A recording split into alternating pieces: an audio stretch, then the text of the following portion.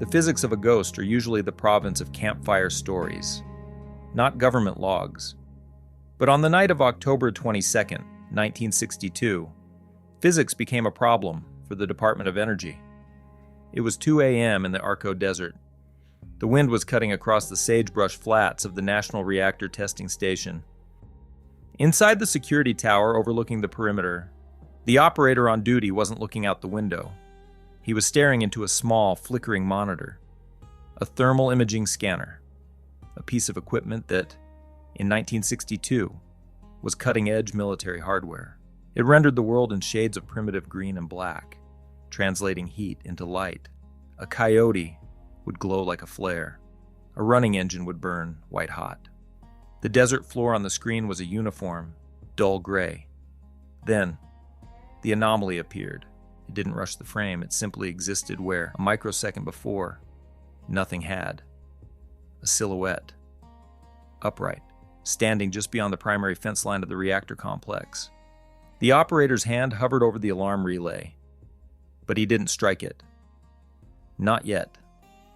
His training demanded verification, and his eyes were trying to reconcile the data on the screen. A human intruder, wrapped in a parka against the freezing wind, should have registered as a distinct heat bloom. A white core of body heat leaking through the insulation. This figure was gray. It possessed a low thermal profile, effectively matching the ambient temperature of the freezing desert soil. It was a hole in the heat map, a biological impossibility. The operator checked the gain on the monitor. The figure remained stationary. It stood there for 11 seconds, an eternity in a security engagement, seemingly observing the facility. It wasn't hiding, it wasn't evading, it was waiting.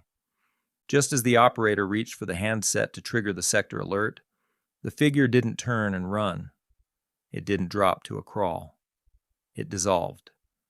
Between one refresh of the thermal frame and the next, the silhouette simply ceased to displace space. There was no residual heat signature, no footprint of warmth left in the sand where a man had been standing. The screen was just gray static in the empty desert night. The operator sat back. The handset was slick in his palm. He had to log this. He had to type a report that would go to the Atomic Energy Commission, to men with clearances higher than God, and explain that he had just watched a man made of cold air vanish into the static. This was the end of the siege. But the invasion had started 9 months earlier, with a shadow that shouldn't have been there. To understand the paranoia of 1962, you must understand the geography of the place. The National Reactor Testing Station was not merely a lab. It was a cathedral of the atom.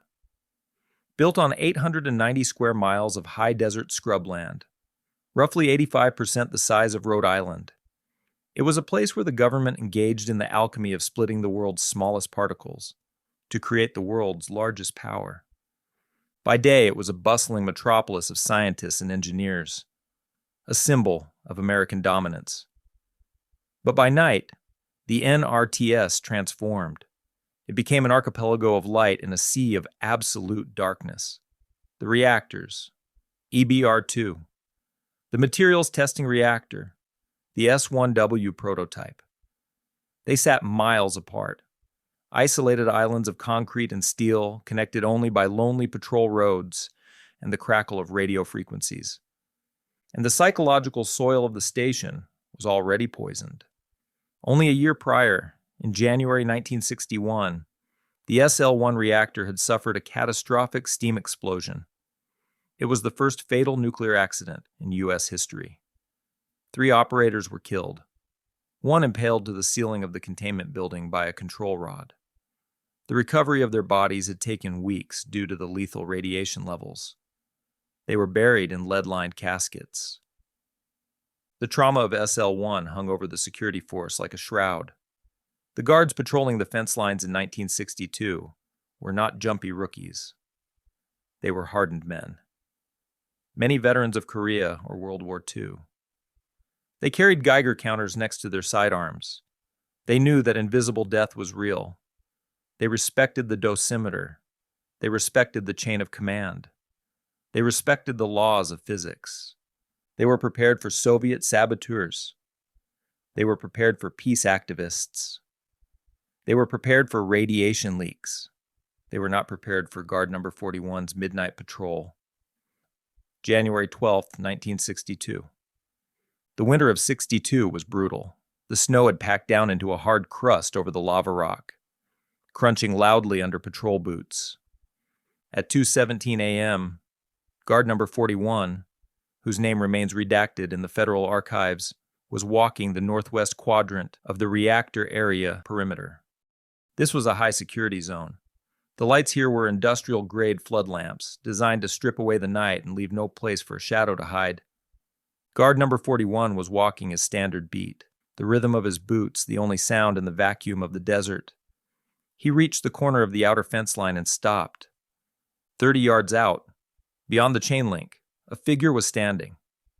The guard's reaction was textbook. He unsnapped his holster, raised his flashlight, and barked the standard challenge. "Halt! Identify yourself!" The beam of his flashlight cut through the darkness. The figure was tall, indistinct. It stood motionless, unbothered by the light, unbothered by the weapon pointed at its center mass.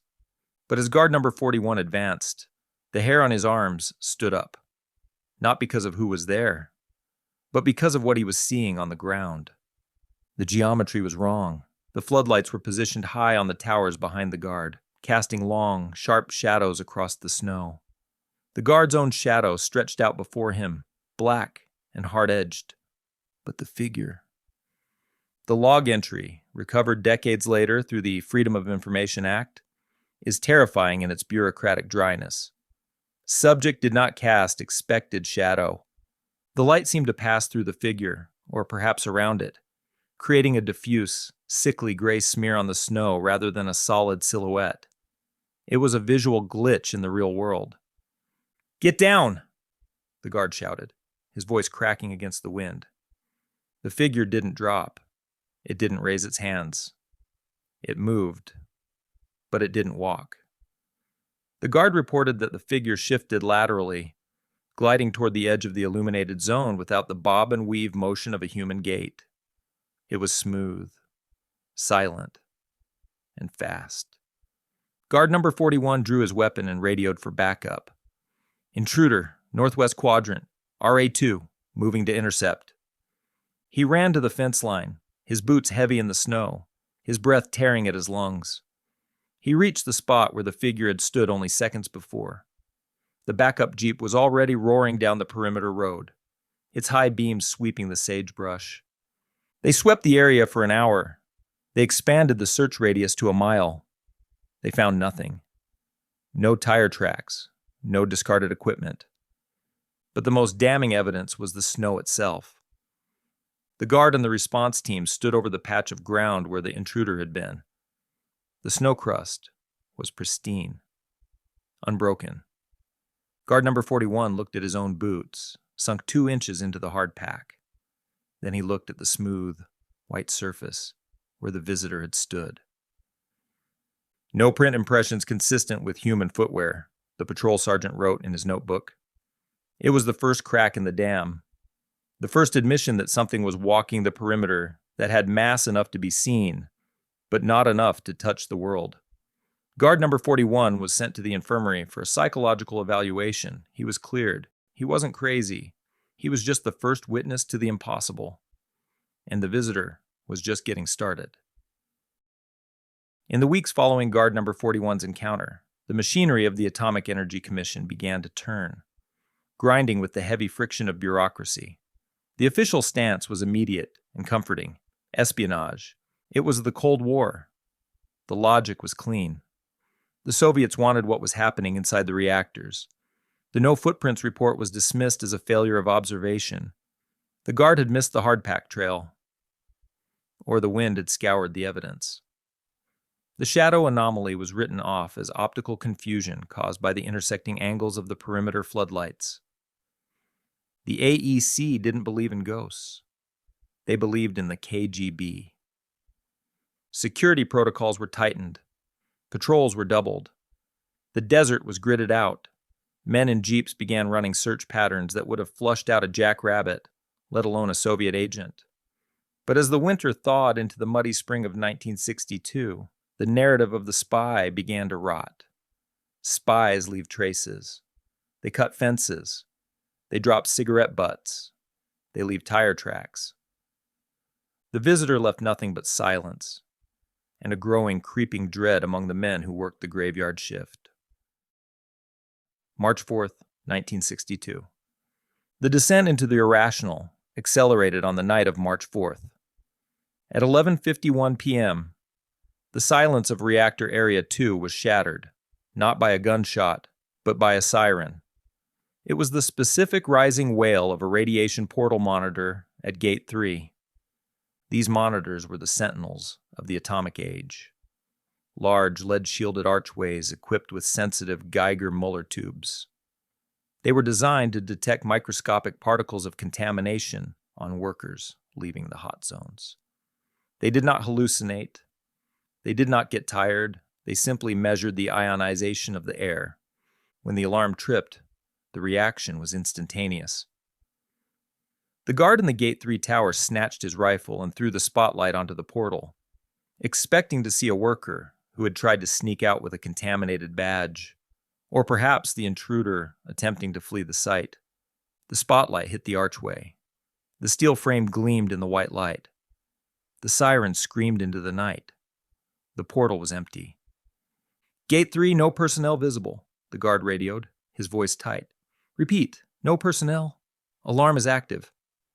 The responding health physics team arrived within minutes, dressed in white coveralls, holding survey meters that clicked like angry insects. They approached the empty archway cautiously. If the alarm was real, there was a source. They swept the ground. They swept the steel frame. They swept the air. The official report, buried in the security event logs for the NRTS 1960 to 1964, notes a distinct anomaly. The portal hadn't malfunctioned. The circuitry was sound. The background radiation levels were normal. But the dosimeter station attached to the gate had recorded a transient spike. It was a small dose, negligible, biologically speaking. But tactically, it was impossible. For that reading to exist, a radioactive source had to have physically passed through the detectors at the exact moment the alarm triggered, a source that was invisible to the tower guard and invisible to the spotlight. The health physics team deactivated the alarm. The silence that rushed back into the desert was heavier than before. The men looked at each other, their faces pale in the glow of the instrument dials. A malfunction they could understand. A ghost they could laugh off. But a ghost that was radioactive? That was a terrifying synthesis of folklore and physics. The visitor wasn't just watching anymore. It was coupling with the facility. May 19th, 1962. If March was the confusion, May was the trap. This is the moment the investigation entered the thicket. It was a warm night. The air heavy with the smell of sagebrush and cooling asphalt. Patrol Car 7 was running a perimeter check along the soft sand buffers of the northern sector. The headlights cut twin cones through the darkness. At 1:13 a.m., the driver slammed on the brakes. Control, Patrol 7, I have tracks. Sector North 4. The driver and his partner exited the vehicle. Flashlights drawn, they had been briefed on the no footprints incident in January. They were cynical. They were ready to find the boot prints of a lost hiker or the paws of a mountain lion. What they found in the circle of their flashlight beams defies the mechanics of locomotion. Etched clearly into the soft, wind-blown sand were footprints.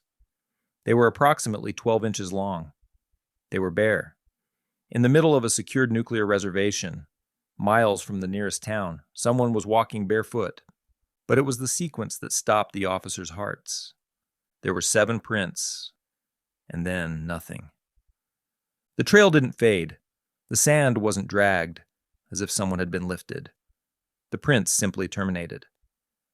The officers walked a wide circle, expanding their perimeter to 50 feet.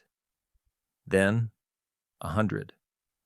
The surrounding sand was a pristine, untouched canvas. There were no approach tracks leading to the first print. There were no departure tracks leading away from the seventh. It was as if the walker had dropped from the sky, taken 7 steps, and then dissolved back into the ether. The forensic analysis of the soil, later retrieved via FOIA requests, adds a layer of clinical strangeness that makes the skin crawl. The AEC soil engineers examined the compression depth of the prints. Based on the displacement of the sand grains, they attempted to estimate the weight of the intruder. The report noted, compression depth inconsistent with weight of average adult male. The prints were too shallow. A 12-inch foot belongs to a man of significant stature, 6 feet or taller. Such a man, walking in soft sand, should sink deep, displacing a specific volume of earth. These prints were surface-level impressions, ghostly and light, as if the walker was hollow or held aloft by invisible wires. The investigators were desperate. They threw every rational theory they had at the evidence, trying to break it. Theory 1, the prankster. Could it be a guard playing a joke? The investigators grilled the patrol teams, but the timeline didn't fit. Patrol Car 7 had passed that spot 20 minutes earlier. The sand had been clear. To create the prints, a prankster would have needed to hover over the sand, press a mold into the ground 7 times without stepping, and vanish into the desert night before the Jeep returned. Impossible. Theory 2, the mirage. The thermal bloom theory was floated. Could heat rising from the ground create optical illusions? Perhaps. That explained the lights. It didn't explain the physical displacement of sand. It didn't explain the radiation alarm. Mirages don't have mass. Theory 3, the wildlife. Bears? Cougars? The tracks were distinctly bipedal. 5 toes, an arch, a heel, no claws. The DOE brought in expert trackers, men who could read the story of a coyote's morning hunt from a disturbed twig. The trackers looked at the 7 steps and the empty desert beyond. They refused to classify it. Nothing walks like this, one reportedly told the site director. Things either walk through or they don't. By the end of May, the Midnight Visitor had dismantled the logic of the investigation. It had proven it could trigger sensors, leave physical evidence, and yet remain completely immune to capture. The guards began to change. The swagger of the ex-military men evaporated. They stopped patrolling alone. They started reporting a sensation that doesn't appear in technical manuals, but appears frequently in the logs of the summer of 1962. The sensation of being watched. The rational explanations were dead. And in the darkness of the Arco Desert, something was waiting for the dog days of summer to make its boldest move yet. July 3rd, 1962. The air shimmered even in the dark, a restless, kinetic atmosphere that frayed the nerves. The investigation had stalled. The physical evidence was undeniable, but nonsensical. The security chiefs needed a breaker. They needed something primal. Something that couldn't be fooled by optical illusions or sophisticated gadgetry. They brought in the dogs. The K9 units deployed to the site were military-grade assets. German Shepherds and Belgian Malinois, trained for perimeter defense. These were animals engineered for aggression and obedience.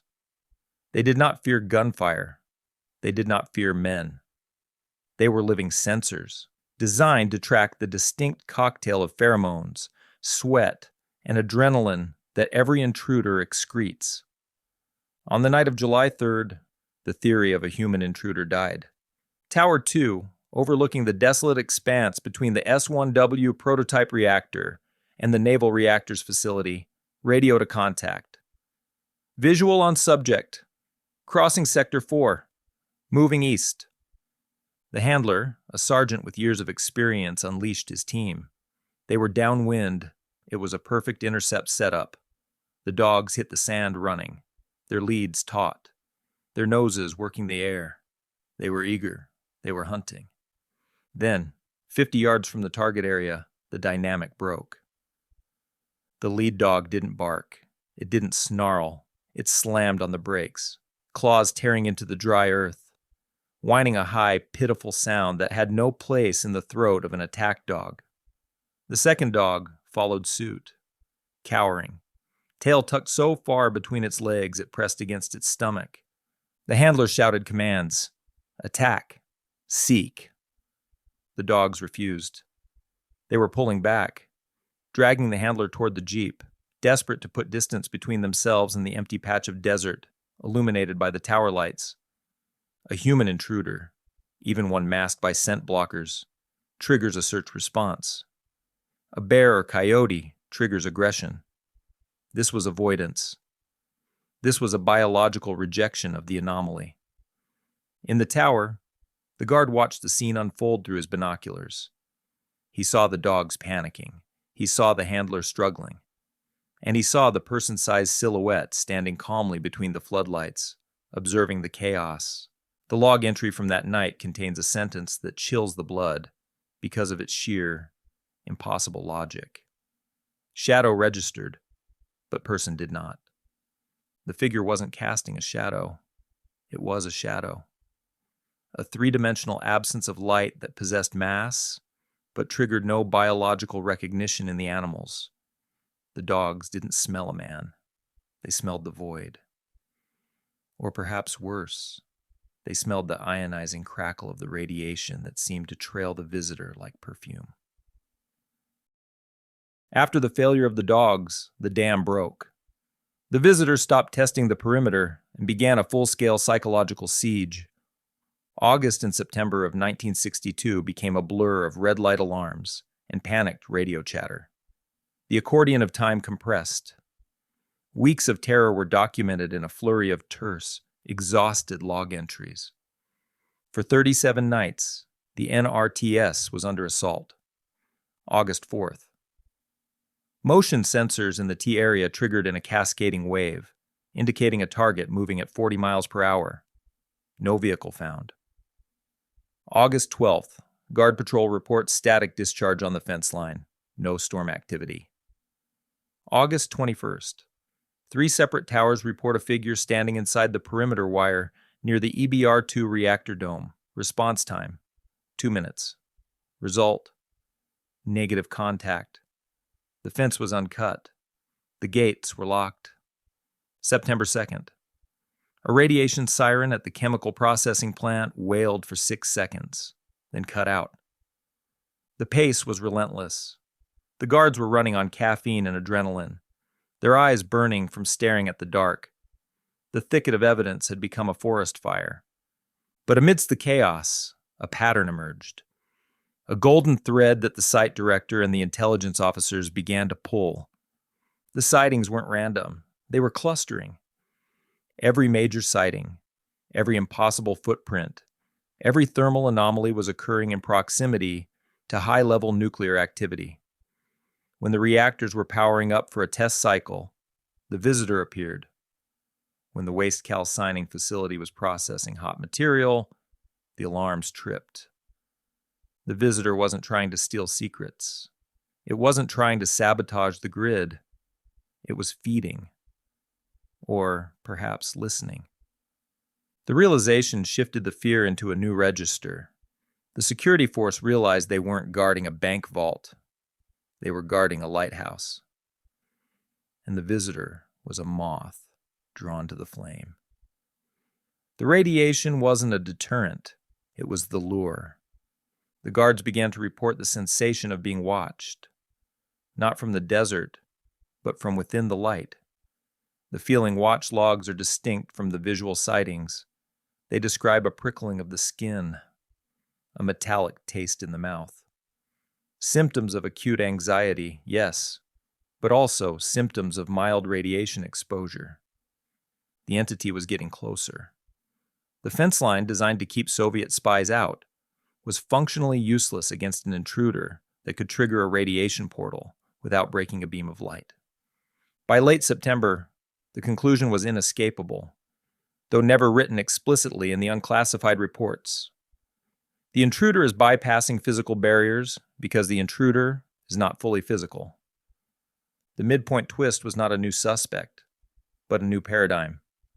The investigation shifted from apprehension to observation. The orders changed. Do not engage. Do not release dogs. Document. Measure. Survive. The hunters had become the bird watchers. They were documenting a new species of physics. And then, just as the tension reached a breaking point, the visitor offered one final, undeniable piece of proof. A goodbye letter written in thermal energy. October 22nd, 1962. The end did not come with a bang. There was no shootout at the main gate. No cinematic capture of a Soviet agent in a black trench coat. The end came in 11 seconds of silence, viewed through the lens of a machine that stripped away the lie of the visible world. We returned to the thermal scanner in the tower. The moment the operator watched the figure dissolve, the illusion of control evaporated with it. Subject has demanifested, the operator stammered into the handset. Clarify, the site commander barked. Did they run? Did they drop? Negative, sir. The heat signature just ceased. The response was massive. This was the escalation phase reaching its fever pitch. Within 3 minutes, the sector was flooded with light. Jeeps roared across the hardpack, their tires kicking up plumes of dust that glowed red in the taillights. Men with rifles poured out, sweeping the scrub brush. They found the footprints again. Just like in May, the tracks were there, barefoot, 12 inches long. But this time, they didn't walk in a straight line. They circled. The tracks showed the visitor had been standing there, pivoting, perhaps watching the tower watching it. And then, in the center of the circle, the sand was undisturbed. No exit tracks. The search continued until dawn. They brought in the dogs again, but the animals stayed in the trucks, shivering.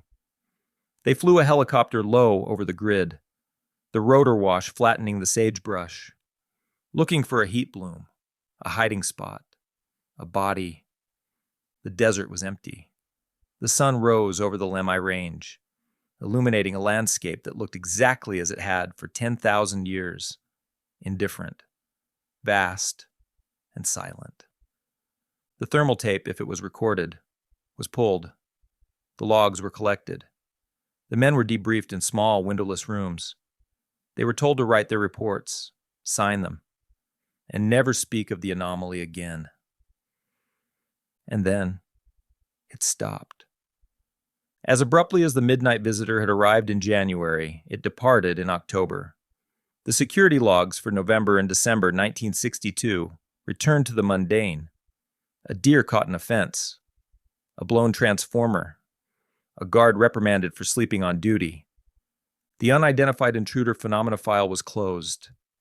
The phrase itself, clinical, awkward, terrifying, was buried in the DOE archives, only to resurface decades later when the ink was faded and the men who wrote it were dead or retired.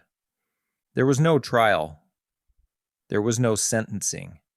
The AEC did not hold a press conference to explain why a nuclear reservation had been besieged by a phantom.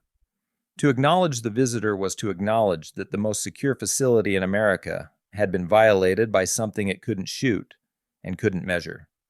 So they chose the most effective weapon in the bureaucratic arsenal: classification. The sightings became rumors. The rumors became folklore. The folklore became a ghost story told by the old-timers to the rookies on the graveyard shift. Watch the fence line, they'd say. Watch the shadows. 60 years later, the Idaho National Laboratory is still there. It has grown. It is a hub of advanced energy research, cybersecurity, and national defense. The reactors of 1962 are mostly decommissioned, their cores removed, their concrete domes standing like mausoleums in the desert. But the echo remains. It lives in the Freedom of Information Act releases, Those redacted pages where black ink swallows whole paragraphs of description. It lives in the memory of the few surviving guards, men now in their 80s. The story of the Midnight Visitor is not a story about aliens. It is not a story about ghosts. It is a story about the fragility of our perception. We build fences. We install cameras. We train dogs. We tell ourselves that if we light up the night, we can control it. We believe that there is an inside and an outside, and that we get to decide who crosses the line. But in 1962, something walked out of the dark and proved us wrong. It proved that there are things in this world that do not obey our laws, our physics, or our boundaries. It walked through the cathedral of the atom, touched the fire, and walked away, leaving us with nothing but a set of impossible footprints and a question that still hangs over the Arco Desert like smoke. When we look into the dark, and the dark looks back, are we the guards, or are we the prisoners? The story you just read is a reconstruction. It is a mosaic assembled from the debris of the Cold War, shards of paper that were never meant to see the light of day. For the skeptics, the realists, and the detectives among you who need to see the rivets in the steel, let's pull back the curtain on the Midnight Visitor. Because the scariest part of this story isn't the folklore, it's the footnotes, the redacted reality. The backbone of this narrative comes from the Department of Energy's Technical Library, specifically the Security Event Logs, NRTS, 1960 to 1964. For decades, these logs were just dusty boxes in a federal warehouse. But thanks to the Freedom of Information Act and the tireless work of independent researchers in the late 90s, we have the receipts. If you go digging, inside you won't find the word alien, you won't find demon. You will find something far more bureaucratic and unsettling. This is government speak for, we know something is there, but we can't arrest it. While the logs remained classified, the panic leaked out. If you pull the microfilm for the Idaho Falls Post-Register or the Twin Falls Times-News from 1962 to 1963, you'll see the ripples. They reported on strange lights, disturbances, and increased security drills. They didn't know about the footprints or the thermal ghosts, but they knew the desert was keeping the locals awake. It is important to note what is not in the files. There are no photographs. If thermal tapes existed, they were likely destroyed or remain in a vault deeper than the ones we can access. There are no physical samples. The sand from the May 19th footprint incident was analyzed, but the results were inconclusive. Compression without mass. The Midnight Visitor remains one of the few true locked room mysteries of the nuclear age. The guards were trained professionals. The sensors were state-of-the-art. The logs are authentic. So the next time you drive through the high desert of Idaho, past the lonely concrete domes of the old reactors, look out at the sagebrush. It looks empty. It looks quiet. But remember, guard number 41. Remember the dogs that wouldn't hunt. And remember that just because we stopped writing it down doesn't mean it stopped walking. That was The Midnight Visitor, written and performed by the author, me, James Cawley. There is a specific kind of loneliness that belongs only to the desert at night. A place where the distance between the earth and the stars feels thinner than a sheet of paper. We spend our lives building perimeters, fences of wire, gates of steel, and the rigid walls of our own logic, all to convince ourselves that we are the masters of the space we occupy.